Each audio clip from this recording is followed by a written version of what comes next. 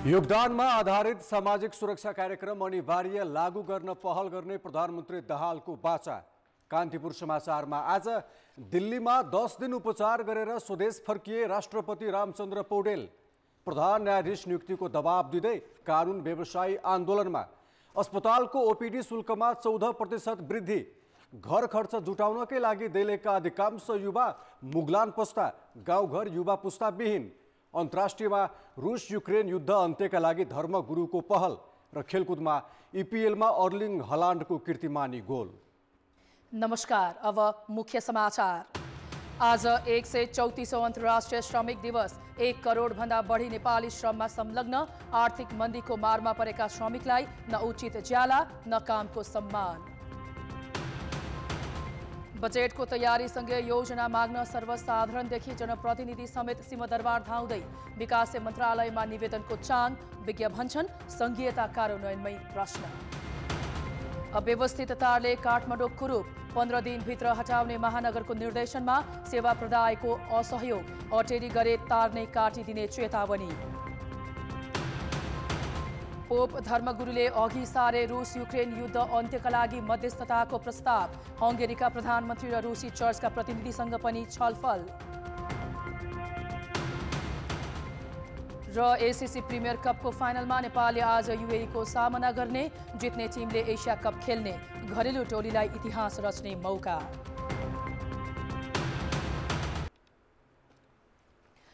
सामाजिक सुरक्षा, मर्यादित श्रम, श्रमको सम्मान, राष्ट्रको अभियान भन्ने मूल नारासहित आज 134औं अन्तर्राष्ट्रिय श्रमिक दिवस मनाइँदैछ। सरकारी निकाय तथा ट्रेड युनियनहरूले विभिन्न प्रचारात्मक कार्यक्रम गरी दिवस मनाउँदैछन्। ट्रेड युनियनले औपचारिक क्षेत्रमा काम गर्ने श्रमिकहरूको न्यूनतम ज्याला बढाउन, आर्थिक मन्दीका नाममा तलब रोक्ने काम बन्द गराउन माग गर्दै आएका छन्। पैसा छैन भन्ने नाममा हाम्रा श्रमिकहरूले अहिले तलब पाइरहेको छैन। तलब प्राप्त गर्ने अधिकार खोसिँदैछ। निर्माण क्षेत्रका चाहिँ लगानी विथड्र गर्दैछ सरकारले। ठुला ठुला चाहिँ आयोजनाहरू बन्द गर्दैछ सरकारले। त्यहाँ हाम्रा रोजगारहरू खोसिँदैछ।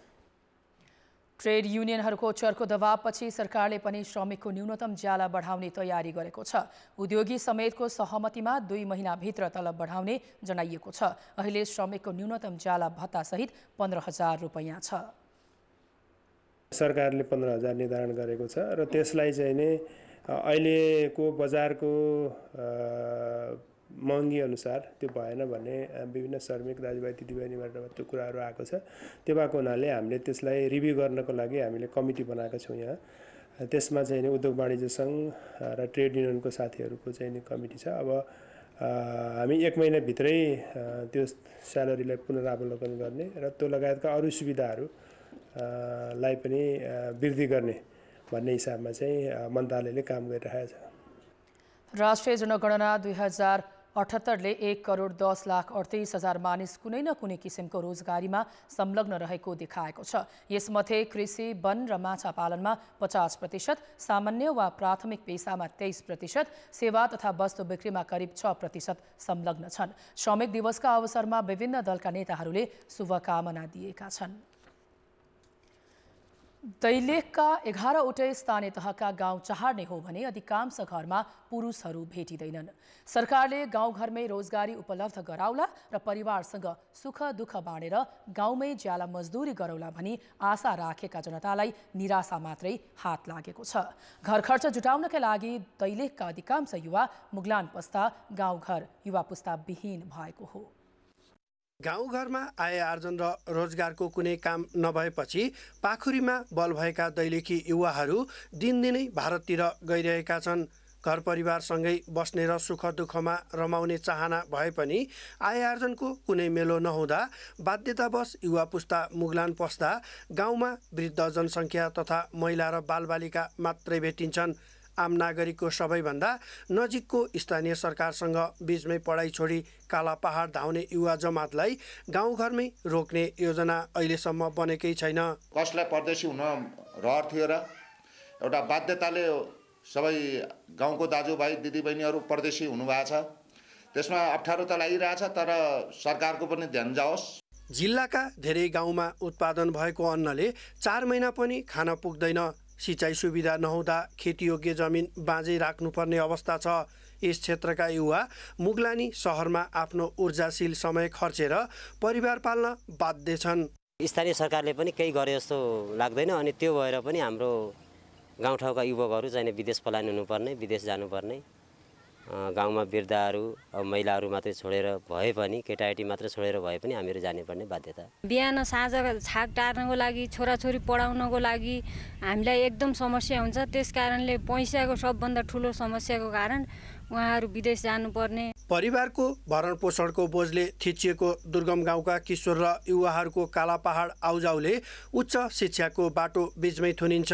गरिबीको मारले मुगलान भाषिने पुरुष जमात बाक्लो हुँदा गाउँ बस्तीमा मर्दा पर्दा सामाजिक कामहरूमा पुरुषहरू भेटिनै छाडेका छन्। समाजमा युवाहरू नहुनाले यो के भन्छ खेतहरू बाँझो रहने, त्यो हली हुने बाउसे हुने मान्छेहरू नपाइने अनि सामाजिक कार्यमा चाहिँ विवाह पूजा धर्मबेटी जस्ता चिजहरूमा जाने युवाहरू नभएर बुढापाका मात्रै हुने। देश सङ्घीय संरचनामा गएको पनि 6 वर्ष पुरा भइसक्यो। स्थानीय र प्रदेश सरकारमा दोस्रो कार्यकालका लागि जनप्रतिनिधिहरू चुनिसके, तर गाउँका सोझा सिधा जनतालाई स्थानीय र प्रदेश सरकारको उपस्थिति आभास हुन सकेको छैन। आफ्नो गाउँठाउँको विकासमा लाग्नुपर्ने जनशक्ति पुस्तौँदेखि भारतका सहरदेखि गाउँसम्म पसेर परिश्रम बेचिरहेको छ। कान्तिपुर समाचारका लागि चक्र भण्डारी, दैलेख। राष्ट्रपति रामचन्द्र पौडेल भारतमा स्वास्थ्य उपचारपछि स्वदेश फर्किएका छन्। नयाँ दिल्ली स्थित अखिल भारतीय आयुर्विज्ञान संस्थान एम्समा उनको उपचार गरिएको थियो। स्वास्थ्यमा क्रमिक सुधार भएपछि एम्स अस्पतालले उनलाई डिस्चार्ज गरेको हो। राष्ट्रपति पौडेल हिजो बेलुकी 8:30 बजेको नेपाल एयरलाइन्सको नियमित उडानबाट स्वदेश फर्किएका हुन्। राष्ट्रपति पौडेलको छातीमा पानी जम्ने समस्या देखिएपछि वैशाख 6 गते दिल्ली लगिएको थियो।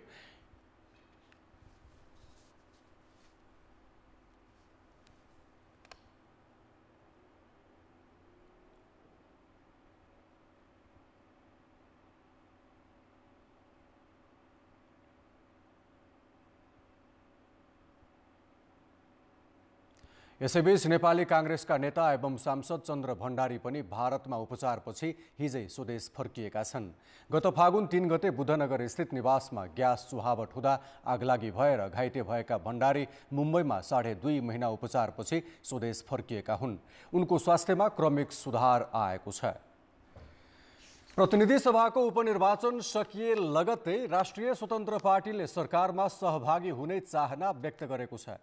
यसअघि गृह मन्त्रालय नपाएपछि सरकार छाडेको रासोपाले औपचारिक रूपमा मन्त्रालयहरूमा आफ्नो दाबी सार्वजनिक नगरे पनि उसलाई सरकारमा सहभागी गराउने विषयमा गठबन्धनका अन्य दलले आन्तरिक छलफल सुरु गरेका छन्। 8 पटक मन्त्री परिषद विस्तार गर्दा पनि मन्त्री परिषदले पूर्णता नपाएको अवस्थामा रासोपाको चाहनाले प्रधानमन्त्री पुष्पकमल दाहालमाथि थप दबाव सिर्जना गरेको छ।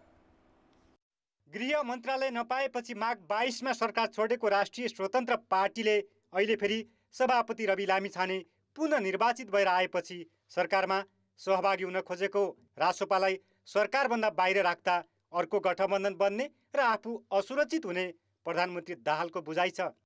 सत्तामा सुरक्षित हुने योजनाको खोजीमा रहेका दाहाललाई सरकारमा सहभागी हुने रासोपाको चाहनाले साथ दिएको छ।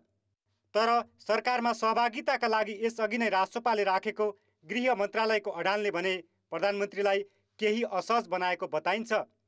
आइतबार प्रधानमन्त्री निवास बालुवाटारमा भएको दाहाल र रासोपा सभापति लामिछाने बीचको भेटमा सरकारमा सहभागिताबारे छलफल भएको छ। गृह मन्त्रालय पाउनुपर्ने र सरकारको न्यूनतम साझा कार्यक्रम संशोधन हुनुपर्ने उसको शर्त छ।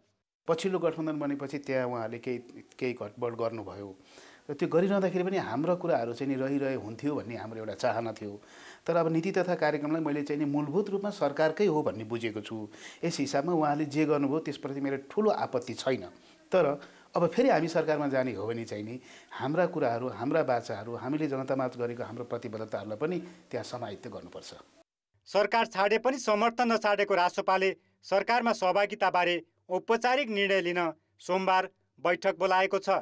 गठबन्धनको सबैभन्दा ठुलो दल काङ्ग्रेसले नै आफ्नो भागका मन्त्रालयमा मन्त्री पठाउन सकेको छैन।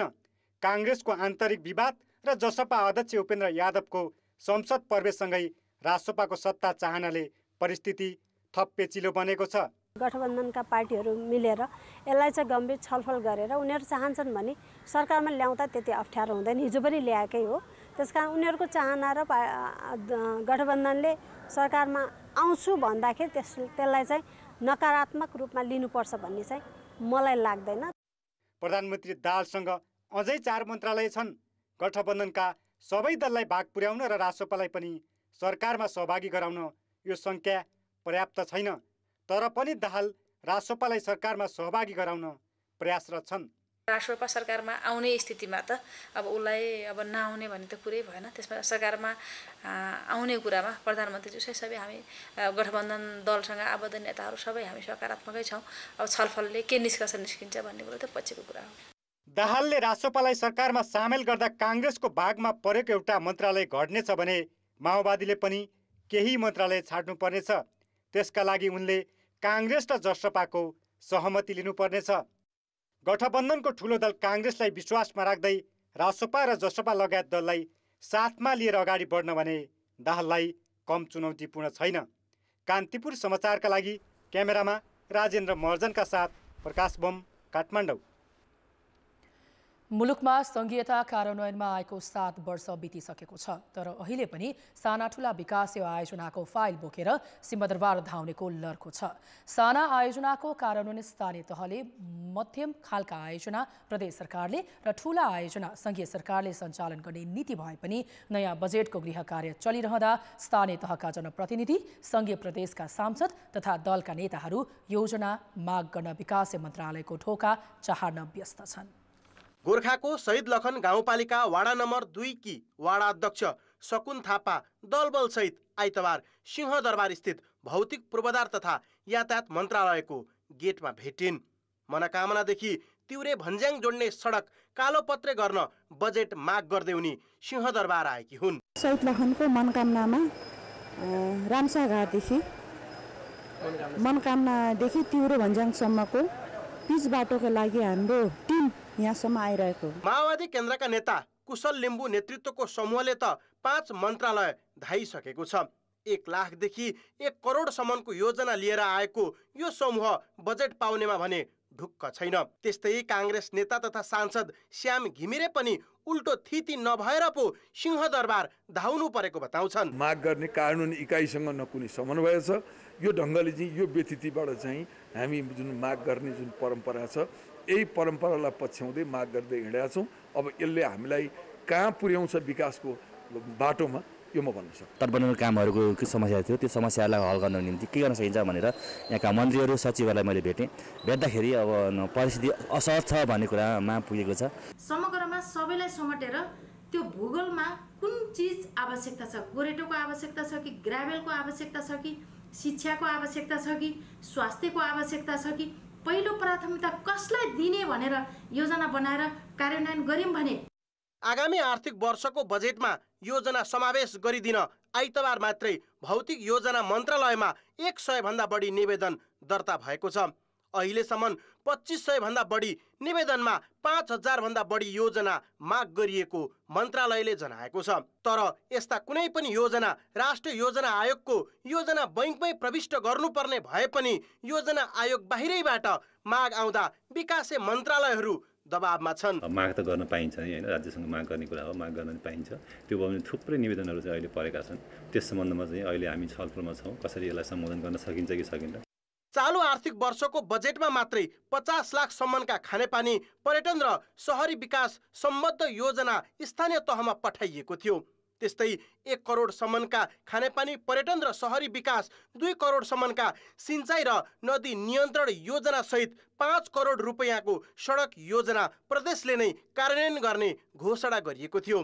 तर बजेटको गृह कार्य चलिरहेका बेला योजना माग्न सङ्घीय सरकार धाउने परिपाटीले सङ्घीयता कार्यान्वयनमाथि प्रश्न जन्माएको छ। सबैभन्दा बढी चाहिँ समस्या भनेको योजनाको छनौट, तर्जुमा र कार्यान्वयनमा छ कि अब यो अलि निश्चित रूपमा सिंहदरबारमा भएर बजेटको चटारो छ हैन।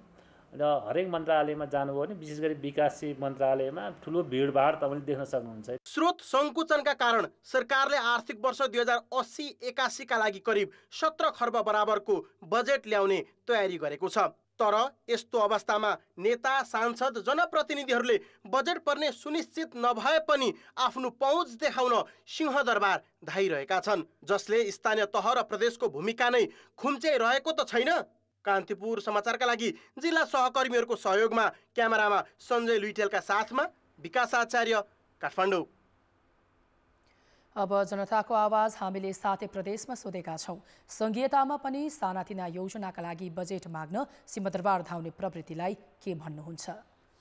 जनताको आवाज संहिताको पूर्ण रूपमा कार्यान्वयन नहुनुको यो सङ्केत हो। सिंहदरबारमा बस्ने नेताहरू नै गाउँ गाउँ गएर साना साना योजनाहरू हामी आफै गर्छौँ भनेको हुनाले नै यस्तो भएको हो। नेताहरूले चाहिँ अब सिंहदरबार जुन आफू केन्द्रमा बसेर आफू केन्द्रित राजनीति गर्नु खोजे हो, आफ्नो जिम्मेवारीबाट पन्छिने बहानाबाजी हो। गाउँघरमा सरकार छ, यसको पनि अधिकार छ भनेर त्यो नबुझेकोले पनि त्यसो भएको। केन्द्रीय नेताहरूले सोच्नुपर्ने कुरा हो। सरकार भनेको सिंहदरबार मात्रै हो भन्ने धेरैको बुझाइ भएको हुनाले यस्तो भइरहेको। नेताजीहरूले आफ्नो पद र मर्यादा अधिकार केही नजानेर मात्र सिंहदरबार धाउने परिरहेछ। स्थानीय सरकारहरूले जनताको माग नसुनिदिएको कारणले गर्दा सरकारबीच र जनताबीचको समन्वय नहुनु, आफू चाहिँ केही नगर्ने अरूको मुख ताक्ने प्रवृत्ति हो। चेतनाको कमी भएको जस्तो कारणले गर्दाखेरि पनि त्यहाँसम्म पुगेको भन्ने कुरा बुझिन्छ। सङ्घीय सरकारले आफ्नो गाउँठाउँको नजिक जनतासित सम्पर्क भावनाले धेरै कुरोहरू आवश्यकता बुझ्या हुन्छ। सानो सानो बजेट माग्न पनि नेताको पछि लागेर मन्त्रालय धाउनेले चाहिँ यसले चाहिँ संहितालाई नै गिज्याएको जस्तो देखिन्छ। आफ्नो कार्यकर्तालाई पाल्नको लागि अनि आसैपासैलाई पाल्नको लागि मात्र धब्ने आवश्यकता हो। यो योजनाहरू यो निकायबाट जाने हो, तपाईँ यहाँ जानुहोस्, म बरु त्यहाँ भन्छु, यहीँबाट यो समस्याहरू समाधान गरौँ भन्ने तहमा नेताहरू पनि पुगेका छैनन्।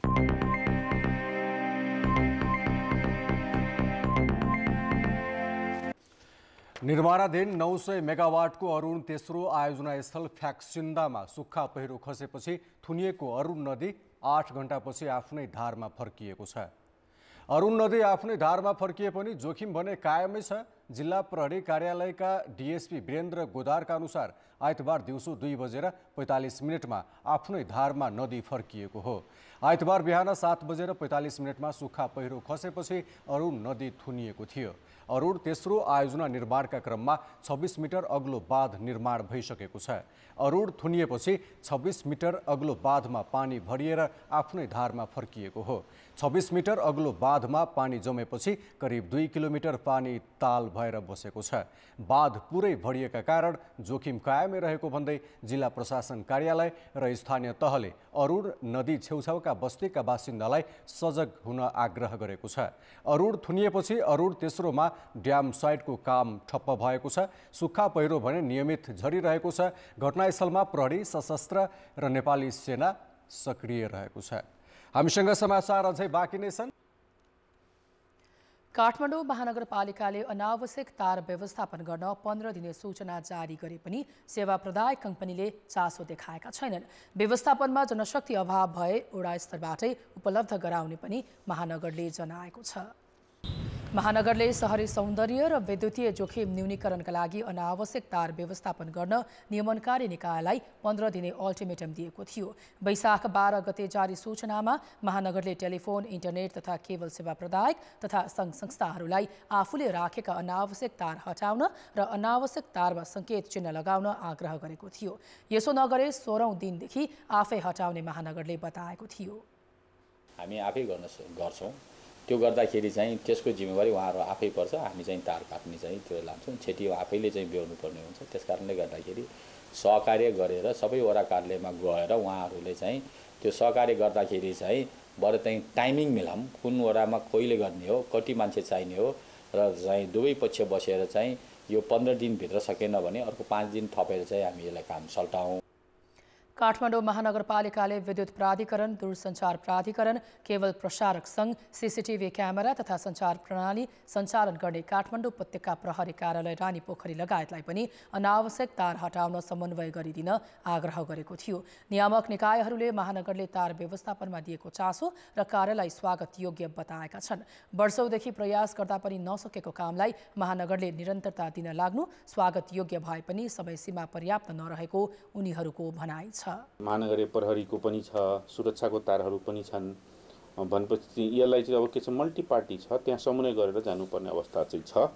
फेरि कसैको पनि तार लाइभ तार काट्यो भने त्यसले सेवा अवरुद्ध हुन सक्छ। त्यही भएर त्यसमा हामीले चाहिँ विचार पुर्याएर अनयुज तार चाहिँ हटाउनुपर्छ। हाम्रो योजना यो पनि थियो कि उहाँहरूबाट हामीले केही भाडा उठाउन सक्यौँ भने र तपाईँको चाहिँ हाम्रो तपाईँको त्यो पैसामध्येको केही पैसा हामी आफैले पनि लगानी गरेर चाहिँ यो कामहरू चाहिँ हामी व्यवस्थित गर्नुपर्छ भन्ने हाम्रो सोच थियो। अहिले चाहिँ महानगरपालिकाले तपाईँको चाहिँ यो कार्यक्रमले पनि अब म यसलाई चाहिँ सुरुवात भन्दिनँ, निरन्तरता भन्छु। वास्तवमा सुरुवात हामीले नै गरे हो यसको। काठमाडौँ महानगरले आफै तार काट्ने चेतावनी दिएपछि नेपाल टेलिकमले आवश्यक समन्वय गर्न आग्रह गर्दै सञ्चार तथा सूचना प्रविधि मन्त्रालयलाई आग्रह गरेको थियो। त्यसपछि सञ्चार मन्त्रालयले पनि सङ्घीय मन्त्रालयलाई स्थानीय तहसँग समन्वय सहयोग गर्न आग्रह गरेको छ।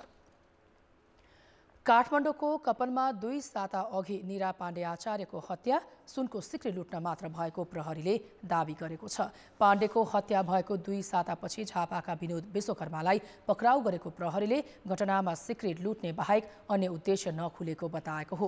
प्रहरीको केन्द्रीय अनुसन्धान ब्युरो, काठमाडौँ प्रहरी परिषद र उपत्यका अपराध अनुसन्धान कार्यालयको संयुक्त टोलीले गरेको अनुसन्धानमा बिक निराको भाडा पसलमा सामान किन्ने बहाना बनाएर गरेको देखिएको छ।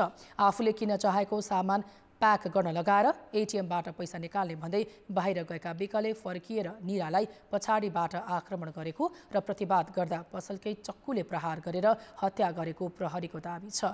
उनले लुटेर लगेको सुनको सिक्री तारकेश्वर नगरपालिका स्थित पाथीभरा गहना पसलमा बिक्री गरेको प्रहरीको दावी छ।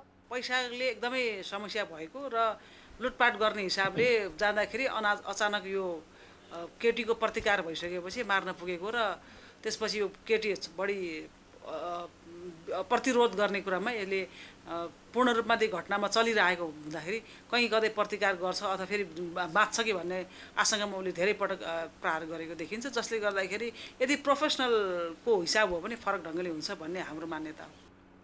प्रहरीले सीसी क्यामेराको दृश्यका आधारमा बिकले लगाएको जुत्ता, शर्ट र झोलालाई मुख्य प्रमाण बनाएको छ। निराको माइती पक्षले भने बिकले सिक्रीका लागि मात्रै हत्या गरेकोमा आशंका गरेका छन्। चक्कु प्रहार गर्ने बिक नै भए पनि उनलाई अरू कसैले प्रयोग गरेको हुन सक्नेतर्फ पनि अनुसन्धान भइरहेको प्रहरीले जनाएको छ। परिवारको अरू सदस्यहरूको शङ्काहरू छ, उपशङ्काहरू छ अथवा भइरहेको कुराहरूलाई पनि हामी त्यो पाटोबाट पनि खुला राखेर यसका कारणहरू, यसका पछाडि कुनै अन्य व्यक्तिहरू छ छैनको हामी हेर्छौँ। तर अहिलेको अवस्थाहरूमा नितान्त रूपमा यो व्यक्ति मात्र अगाडि देखिन्छ। यसको पछाडिको कुराहरू हामी अझ थप अनुसन्धानहरू गर्छौँ। निरा हत्याकाण्डको अनुसन्धानप्रति संसदमा समेत प्रश्न उठेको थियो। चिकित्सकहरूको परामर्श शुल्क बढ्ने भएको छ। नेपाल चिकित्सक सङ्घ तथा निजी अस्पतालहरूको सङ्गठन association of private health institutional Nepal अफिनको बैठकले चिकित्सकहरूको परामर्श शुल्क 14% बढाउने निर्णय गरेको हो।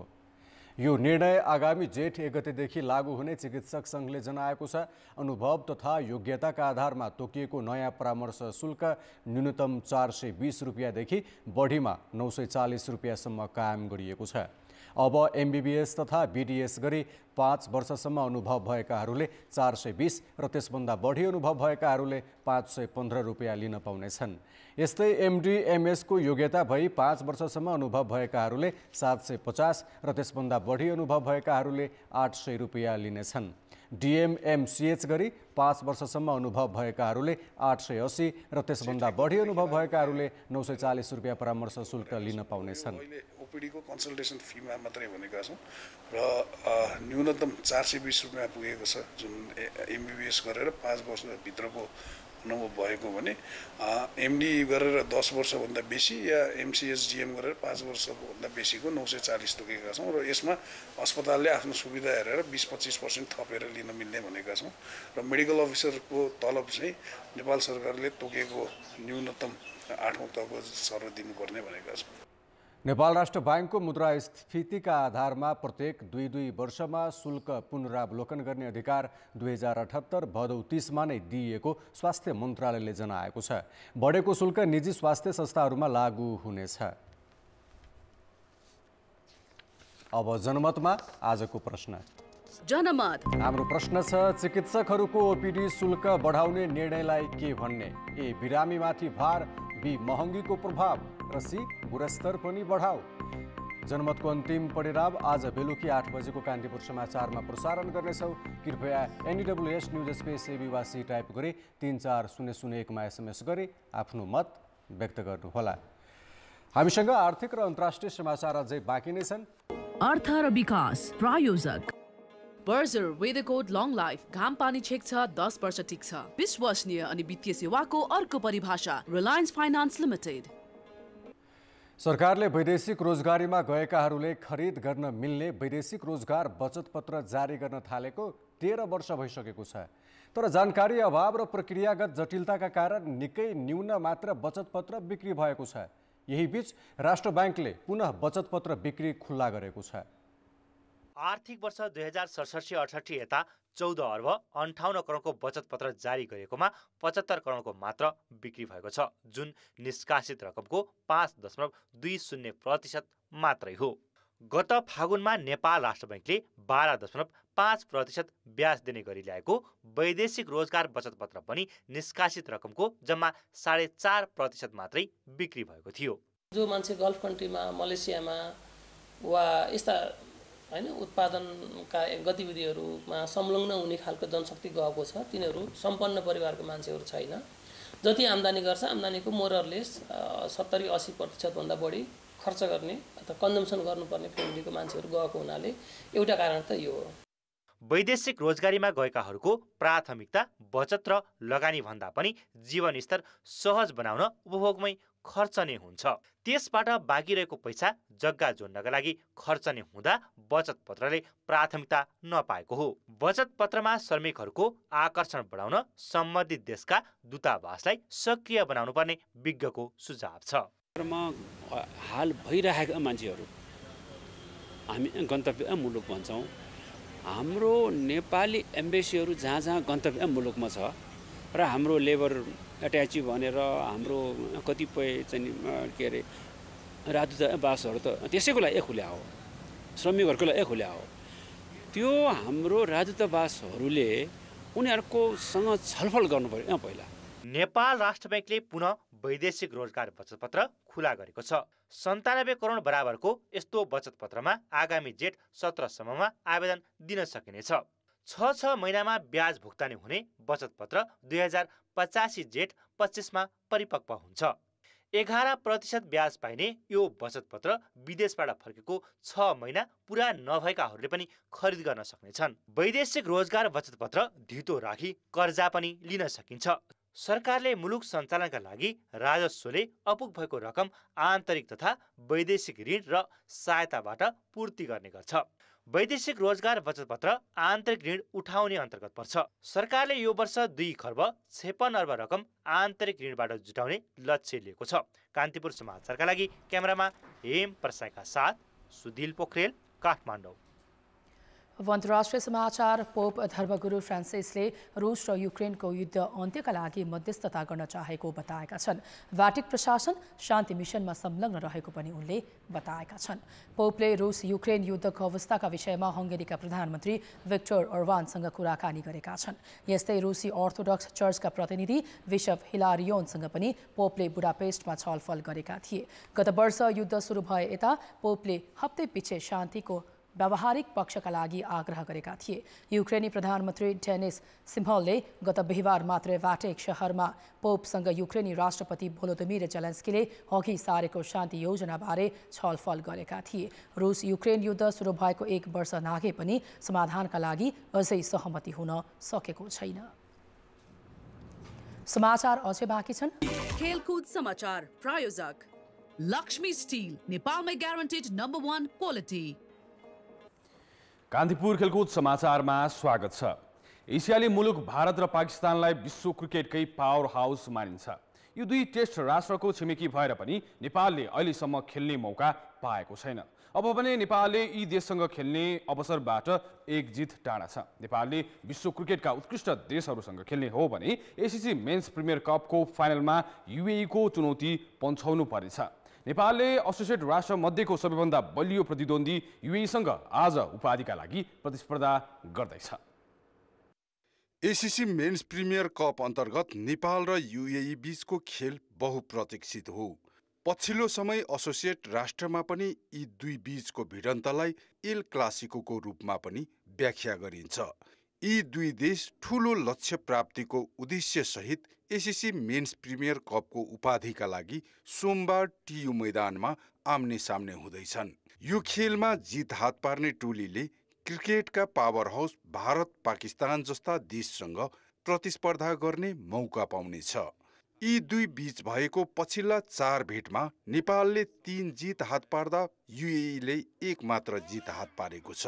नेपालले 1 महिना अघि टियु मैदानमै विश्व क्रिकेट लिग 2 मा युएईलाई नै हराउँदै 1 दिवसीय मान्यता जोगाएको थियो भने विश्वकप छनौटमा स्थान बनाएको थियो।